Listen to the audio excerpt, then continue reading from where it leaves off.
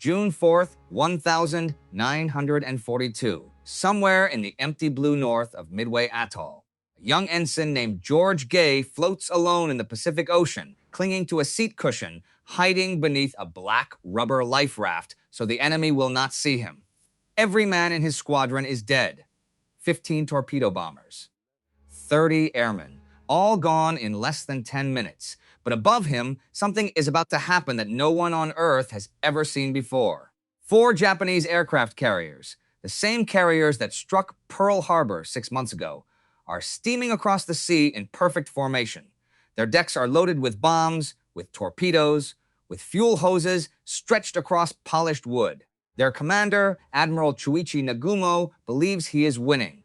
His superior, the great Isoroku Yamamoto, believes he has already won. They are wrong, because 6,000 miles away, in a windowless basement in Pearl Harbor, a disheveled American in a red smoking jacket and bedroom slippers has cracked their code. Quiet Texan named Chester Nimitz has taken that intelligence and turned the most elaborate trap of the Pacific War back upon the men who set it. In the next 6 minutes, 3 of those carriers will be burning, and the Japanese Empire will begin to die. April 18th, 1942, Tokyo. The morning sky over the imperial capital was calm, gray, unremarkable. School children walked to class. Housewives lined up for rice. Somewhere in the harbor, sailors polished brass on cruisers that had never lost a battle. Japan, in the spring of 1942, was invincible. 6 months of victory, 6 months of empire. From Manchuria to Malaya, from the Philippines to the Dutch East Indies, the rising sun had swallowed a quarter of the Pacific. And then at noon, the bombs fell. 16 American B-25 bombers, launched from the deck of the USS Hornet, roared low over Tokyo, Yokohama, Nagoya, Kobe. The damage was small. The humiliation was infinite. Aboard the battleship Nagato, anchored in Hashirajima, Admiral Isoroku Yamamoto received the news in silence. He was the commander-in-chief of the combined fleet. He had personally guaranteed the emperor that no enemy plane would ever reach the sacred soil of the homeland. And now, foreign bombs had fallen within earshot of the imperial palace itself. Witnesses said he did not eat that day. Yamamoto was not an ordinary admiral. He had studied at Harvard from 1919 to 1921, walking the streets of Boston, riding American trains, watching American factories smoke into the sky. He had served as naval attaché in Washington. He had seen Detroit. He had seen Texas oil fields. He knew better than any man in Tokyo what America was capable of when it was finally awake. Months before the war, in a letter to Japan's Prime Minister Kono, he had written the words that would haunt him for the rest of his life. In the first 6 to 12 months of a war with the United States, he had said he would run wild and win victory upon victory. But after that, he had no expectation of success. Now the giant was reaching for him. Yamamoto decided, in those quiet April hours aboard the Nagato, that the war had to be ended quickly, decisively, before American factories could bury Japan under a mountain of steel. The remnants of the U.S. Pacific Fleet had to be destroyed, not damaged, not driven back, destroyed. So was born Operation MI, the plan to seize Midway Atoll. On paper, it was a masterpiece. Yamamoto would send a diversionary force north, toward the frozen Aleutian Islands off Alaska. The Americans, he assumed, would rush their remaining carriers north to defend Alaskan waters. Meanwhile, 4 of Japan's finest fleet carriers, Akaga, Kaga, Soryu, and Hiryu, would strike Midway, a tiny coral atoll 1,300 miles northwest of Hawaii. The Americans would be forced to sail out and defend it. When they came, Yamamoto's battleships and carriers would fall upon them from every direction. The trap would be perfect. It was also, though no one in Tokyo would say it aloud, drenched in something the Japanese officers had begun to call victory disease. 6 months without defeat had convinced them they could not be defeated. Plans grew more complicated. Assumptions grew bolder. And the man who would sail into the middle of that trap, the man on whom everything would depend, was not Yamamoto himself. It was Vice Admiral Chuichi Nagumo.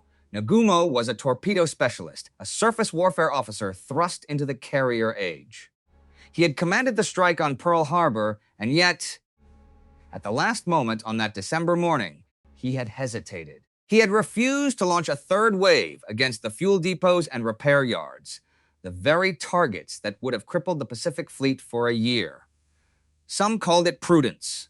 Others called it something less flattering. Nagumo carried that decision quietly, like a stone in his coat pocket, into every operation that followed. He was cautious, he was traditional, he was tired, and he was about to command the most important sea battle of the 20th century. 6,000 miles to the east, in Pearl Harbor, another admiral was reading Yamamoto's intentions from the ashes. His name was Chester William Nimitz, a Texan, a submariner, a man who spoke so softly that officers leaned forward to hear him. On December 31st, 1941, Nimitz took command of the Pacific Fleet in a small ceremony on the deck of the submarine USS Grayling. There was no room on the surface ships for the ceremony. The surface ships were on the bottom of the harbor. Around him lay the wreckage, the Arizona still smoking, the Oklahoma capsized, oil slicks black on the water. And in Washington, President Roosevelt himself had made clear what was expected. Hold the line. Save what remained. Do not lose another inch of ocean. Nimitz had 3 aircraft carriers, Enterprise, Hornet, and Yorktown. Against Japan's 10, he had a shattered battle line, a demoralized officer corps, and a country still reeling. And yet, when he walked the docks of Pearl Harbor in those first weeks, sailors said he smiled. He shook hands. He remembered names. He gave the impression, somehow, of a man who had already decided he was going to win. He did not yet know how, but he had one weapon Yamamoto could not see. In a locked basement, in a nondescript building at the edge of the naval yard, a group of men in wrinkled uniforms and bedroom slippers were listening to every whisper the Japanese Navy sent across the Pacific. They were about to change the war. But before they could, one more battle had to be fought. A battle that would seem, to the newspapers and to the admirals in Tokyo, like an American defeat. Early May 1942, in the Coral Sea northeast of Australia, between Queensland and the Solomon Islands, American and Japanese carriers met in combat for the first time in human history. Ships never saw each other, only aircraft did. The USS Lexington, the mighty Lady Lex, was mortally wounded and scuttled by her own destroyers. The USS Yorktown was hit by a bomb that punched deep into her guts and left her leaking oil in a trail miles long. Tokyo celebrated. Yamamoto barely paused. 2 American carriers gone or crippled, he believed. Only 2 left in the entire Pacific. But something else had happened at Coral Sea, something Yamamoto did not weigh carefully enough. The Japanese carrier Shokaku had been hit by 3 bombs and could not be repaired in time. Her sister Zuikaku had lost most of her air group and could not train replacements before Midway. 2 of the 6 carriers of the Kido Butai, the great striking force, were now out of the coming battle. Yamamoto pressed on with 4. The trap was set. The date was chosen. The fleets began to move. And in a basement in Pearl Harbor, a man in a red smoking jacket picked up a stack of intercepts, lit a cigarette, and began to read. His name was Joseph Rochefort. He was 42 years old, a commander in the United States Navy, though he looked more like a rumpled schoolteacher than a naval officer. He wore a maroon smoking jacket over his uniform because the basement was cold. He wore carpet slippers because he was on his feet for 20 hours at a stretch, and shoes hurt his back. He drank coffee that had been reheated 4 times. He smoked constantly. He had not been home in weeks. And he was, quietly, the most important man in the Pacific. Rochefort commanded Station HYPO, the combat intelligence unit of the 14th Naval District, tucked into the basement of an administrative building at Pearl Harbor Navy Yard. His team numbered about 30 men, linguists, mathematicians, musicians of all things, because musicians had ears for patterns. They worked in a windowless room lit by bare bulbs, surrounded by stacks of intercepted Japanese radio traffic that grew higher by the hour. Their job was to break JN-25, the Imperial Japanese Navy's main operational code. It was not one code, it was a system. Roughly 45,000 five-digit numbers, each standing for a word or a phrase, then encrypted again with an additive cipher that changed regularly. Cracking it required intuition, exhaustion, and a kind of stubborn faith that the enemy could be understood if you only listened long enough. By May of 1942, HYPO could read perhaps 15% of any given message, sometimes less. But 15% in the hands of Joseph Rochefort was enough. He kept seeing two letters. Af was a place, a target. Somewhere in the Central Pacific, Rochefort was certain in his bones that AF was Midway Atoll. Midway made sense. Midway was the last outpost before Hawaii itself. The Japanese wanted a decisive battle. Midway was where they would draw the line. Washington disagreed. In the Navy Department building on Constitution Avenue, another cryptanalytic unit called OP-20G, run by a captain named John Redmond, told Admiral Ernest King, the chief of naval operations, that AF was probably the Aleutian Islands, possibly the west coast of the United States itself, San Francisco, Seattle. The panic in Washington was real. Roosevelt himself was being briefed daily. Rochefort was a commander in a basement in the middle of the ocean, arguing with the entire naval establishment in Washington. And then he had an idea. He picked up the secure cable line to Midway. Not radio, cable. And he told the garrison commander on Midway to send a plain language message in the clear on their normal radio circuit. The message was to say that the desalination plant on the atoll had broken down and Midway was running desperately short of fresh water. The message went out. 2 days later, HYPO intercepted a Japanese transmission from a submarine off the atoll, encoded but readable in parts. It reported to Tokyo that AF was low on fresh water. Rochefort had his proof. He took the intercept to Commander Edwin Layton, Admiral Nimitz's intelligence officer, at 7 o'clock in the morning. Layton took it directly to Nimitz, and Nimitz, in that quiet Texan voice, asked a single question. When? Rochefort answered. Around the 3rd or 4th of June, approaching from the northwest. 4 fleet carriers, screening battleships. Landing force behind. He gave Nimitz the enemy's order of battle with the confidence of a man reading tomorrow's newspaper. Nimitz believed him. That decision, made by a man who had every professional reason to hedge, was one of the great acts of moral courage in American military history. If Rochefort was wrong, the Aleutians would fall, the West Coast would be exposed, and Nimitz would be finished. But Nimitz had looked into the eyes of the man in the red jacket, and he had chosen to bet the Pacific War on him. Now he needed carriers. Enterprise and Hornet were available, Halsey's task force. But Halsey himself, the fighting admiral, the fleet's warrior heart, had been struck down by a debilitating skin condition and was lying in a hospital bed in Pearl Harbor, itching and furious. He was out. In his place, Halsey personally recommended his cruiser commander, a quiet man named Raymond Spruance. Spruance was not a naval aviator. He was a black shoe surface officer.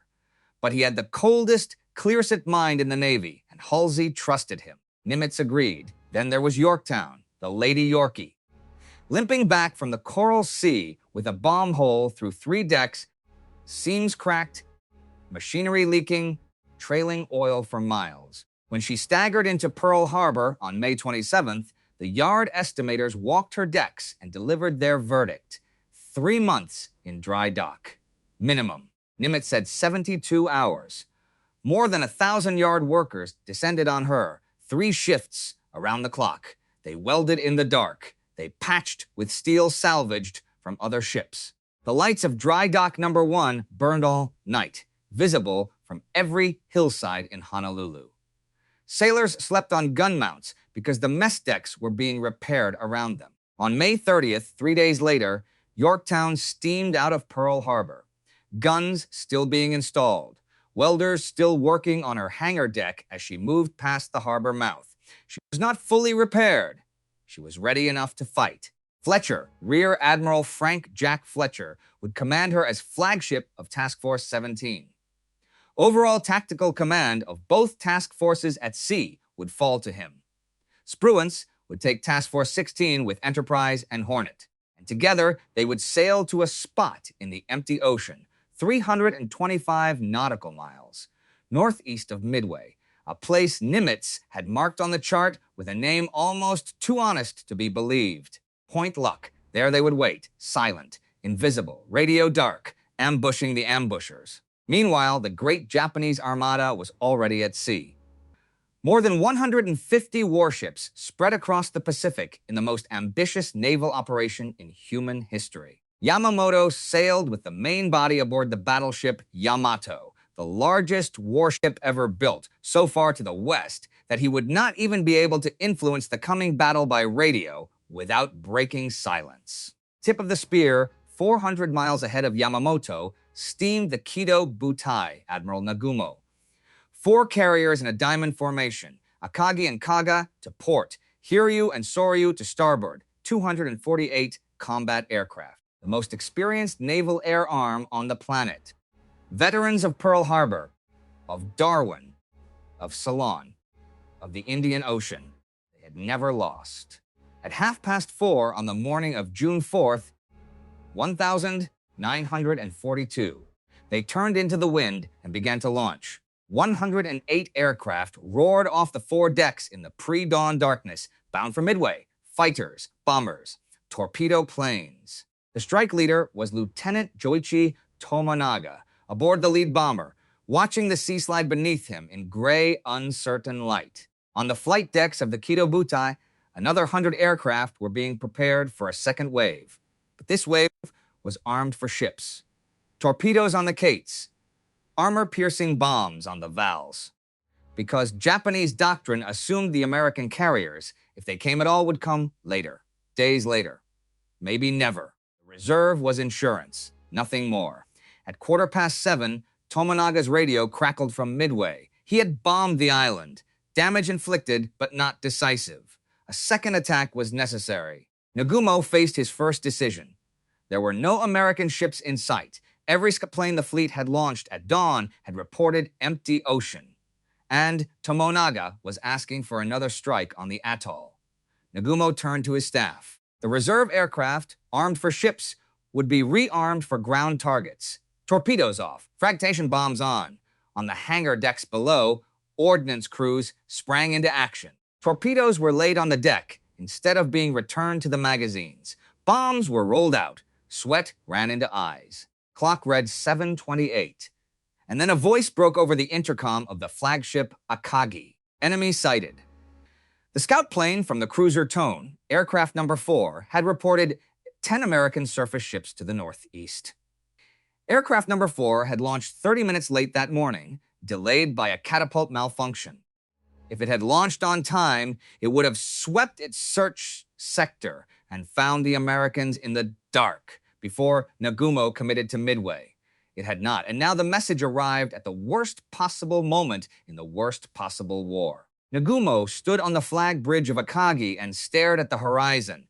Below him, torpedoes were being wheeled off. Bombs were being wheeled on. His planes were between rolls. His decks were choked with fuel hoses. And somewhere out there, hidden in the empty blue, American carriers he had not known existed were preparing to hit him first. He gave the order. Return the torpedoes to the aircraft. Rearm for ships. Reverse everything. On the hangar decks, sailors began the work again. Faster now. Sweating harder. Torpedoes off the deck plates and back onto the planes. Bombs shoved aside, not stowed, just moved. Fuel lines everywhere, and still no strike launched. Because Tomonaga's returning aircraft from Midway were low on fuel and had to land before Nagumo could clear the decks for takeoff. He would recover Tomonaga first, then launch. Just a little more time, just a little. He did not have it, because at that moment, 41 obsolete American torpedo bombers from 3 different squadrons were converging on his fleet from 3 different American carriers. And the first of them to arrive, closing fast from the southeast, was led by a 41-year-old lieutenant commander named John Charles Waldron, who had told his men that morning that they were probably going to die. He was right. Waldron led Torpedo Squadron 8 from the deck of the Hornet, 15 Douglas Devastators, a plane so slow and so obsolete that pilots called it a flying coffin. His squadron had no fighter escort. They had gotten separated in the clouds. Waldron flew on instinct, on some hunter's sense of where the enemy had to be, and he found the Kido Butai exactly where he thought they would be. He led his squadron down to wave-top height and pointed them at the Japanese carriers. Zeros fell on them like hawks. One by one, the Devastators exploded, cartwheeled into the sea, disintegrated in showers of aluminum and flame. Waldron himself was seen climbing from his burning aircraft, standing on the wing, then gone. 15 planes, 30 men, all of them dead within minutes. All of them but one. Ensign George Gay had launched his single torpedo, missed, crashed into the ocean, and now floated beneath his overturned seat cushion, watching the sky. Above him, unnoticed by anyone in the Kido Butai, the Japanese fighter cover, the deadly Zero Combat Air Patrol, had chased Waldron's men down to sea level. Every fighter in the fleet was now at zero altitude, low on fuel, low on ammunition, out of position. The sky above Nagumo's carriers was empty, and from 20,000 feet, unseen, unheard, coming in from two different directions at once, 33 American dive bombers were tipping over into their attack runs. The clock read 10:22. Wade McCluskey was almost out of fuel. He was 40 years old and had celebrated his birthday just 3 days before. The air group commander of the USS Enterprise. For 2 hours, he had been leading 33 dauntless dive bombers across an empty ocean, searching for an enemy fleet that was not where it was supposed to be. His fuel gauges were dropping. His squadron commanders were watching him. Every man in every cockpit knew that if they turned back now, they would live. If they pressed on much longer, they would run their tanks dry and go into the sea. McCluskey did not turn back. He flew on for another minute and another. And then, 10,000 feet below him, he saw a single white wake carved across the blue Pacific. A Japanese destroyer running flat out to the northeast. He guessed, in that instant, what she was doing. She was chasing an American submarine, the USS Nautilus, that had briefly menaced the fleet, and she was racing to rejoin her carriers. McCluskey turned northeast and followed her. 10 minutes later, he crested a low bank of clouds, and there they were. 4 Japanese aircraft carriers spread across the sea in a rough diamond. Decks crowded with aircraft. Fuel hoses coiled across the wood. Bombs stacked in the open where no bomb should ever be. He keyed his radio and gave the attack order. At the same moment, coming in from the southeast, unaware that McCluskey was even there, another American strike leader had also found the fleet.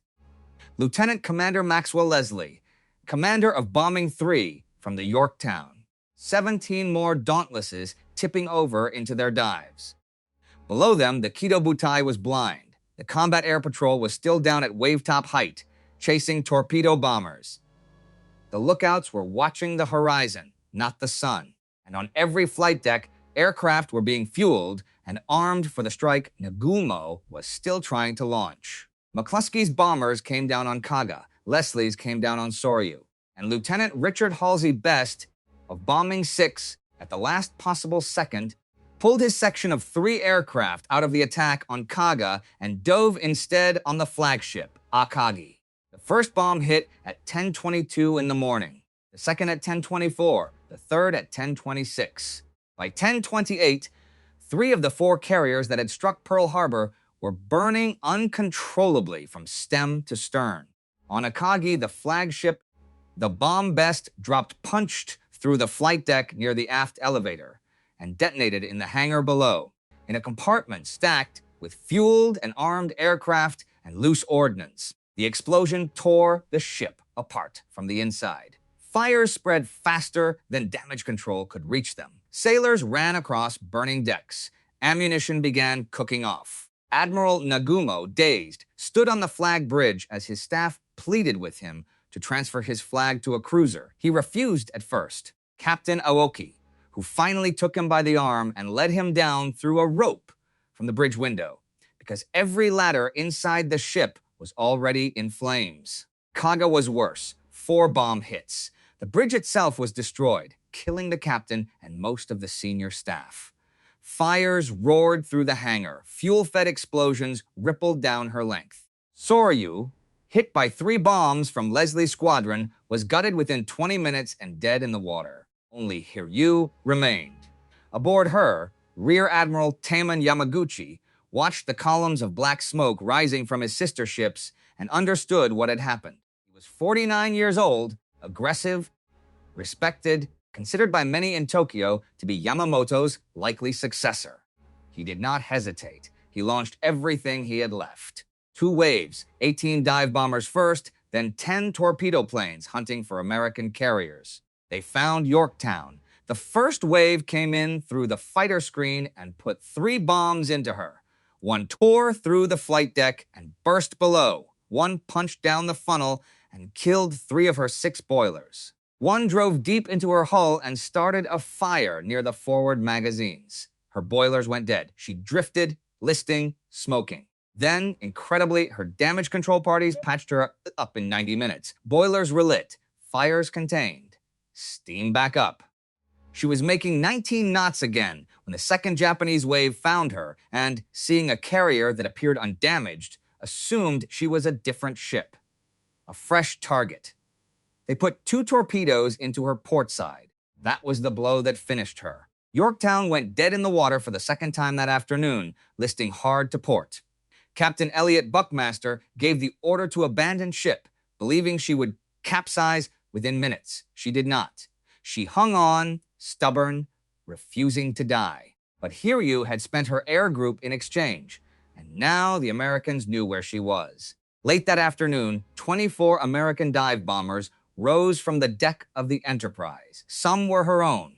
Some were orphans from Yorktown, flown by pilots who no longer had a ship to come home to. They found Hiryu still steaming northwest, her decks being spotted for another strike, her fighter cover thin and exhausted. 4 bombs found her. By midnight, all 4 carriers of the Kido Butai, the pride of the Imperial Japanese Navy, the ships that had launched the war at Pearl Harbor 6 months earlier, were either on the bottom or being scuttled by their own destroyers. Aboard Hiryu, Rear Admiral Yamaguchi refused to leave. Captain Tomeo Kaku stayed with him. They gathered the surviving officers on the tilted deck under a rising moon, drank a final cup of water together, and ordered the crew to abandon ship. Then Yamaguchi and Kaku went below. The destroyer Makigumo fired torpedoes into her at dawn. 2 days later, the American submarine I-168, one of the very Japanese boats that had been sent to finish off the crippled Yorktown, put a torpedo into her side and another into the destroyer Hammond tied alongside her. Hammond broke in half and sank in 4 minutes. Yorktown lingered through the night, still refusing to give up, and finally rolled over at dawn on June 7th and slipped beneath the sea. When the smoke cleared, the numbers told the story. Japan had lost 4 fleet carriers, 1 heavy cruiser, approximately 248 aircraft, and 3,057 officers and men, including some of the most experienced naval aviators and mechanics in the world, men who could not be replaced in a year or in 5. America had lost 1 carrier, 1 destroyer, about 150 aircraft, and 307 men. The battle did not end the war. It did not even come close. Ahead lay Guadalcanal, 6 months of jungle bleeding. Ahead lay Tarawa, where the Marines would die by the thousands on a coral reef. Ahead lay Peleliu, and Saipan, and Iwo Jima, and Okinawa. Ahead lay 3 more years of Pacific War, and the fire raids over Tokyo, and finally the flash of 2 suns rising over Hiroshima and Nagasaki. But something had changed at Midway that could never change back. Japan would never again mount a major strategic offensive in the Pacific. The initiative from that June morning forward belonged to the United States. Yamamoto knew it. He said little to his staff on the voyage home aboard the Yamato. Witnesses described him as gray, silent, staring at the sea. 10 months later, on April 18th, 1943, exactly 1 year to the day after the Doolittle raid that had begun this whole story, American codebreakers, the descendants of Rochefort's basement team, intercepted a Japanese message detailing Yamamoto's inspection tour to Bougainville. 16 P-38 Lightnings flew out of Guadalcanal at wave piop-top height across 400 miles of empty ocean, a 1,000-mile round trip at the outer edge of their fuel range. They found his aircraft exactly on schedule. They shot him down into the jungle. The circle closed. Joseph Rochefort, the man in the red smoking jacket who had made the whole thing possible, was quietly pushed out of Station HYPO by his rivals in Washington within months of the victory. He spent the rest of the war commanding a floating dry dock in San Francisco. His Distinguished Service Medal, recommended by Nimitz himself in 1942, was denied. It would not be awarded until 1985. 10 years after Rochefort was dead, Chester Nimitz went on to command every American fleet operation to the end of the war and to sign the Japanese surrender aboard the battleship Missouri in Tokyo Bay on September 2nd, 1945. But the men who broke the empire were not the admirals, and not only the pilots. They were the sailors who welded through the night in dry dock number 1. The 30 men in the basement who listened to a language most of them could not speak. 30 airmen of Torpedo Squadron 8 who flew straight into certain death so that others could reach the sky above the enemy. The one man floating alone under a seat cushion, watching the horizon burn. 6 minutes. In the middle of an empty ocean, on a June morning in 1942, 6 minutes decided the century.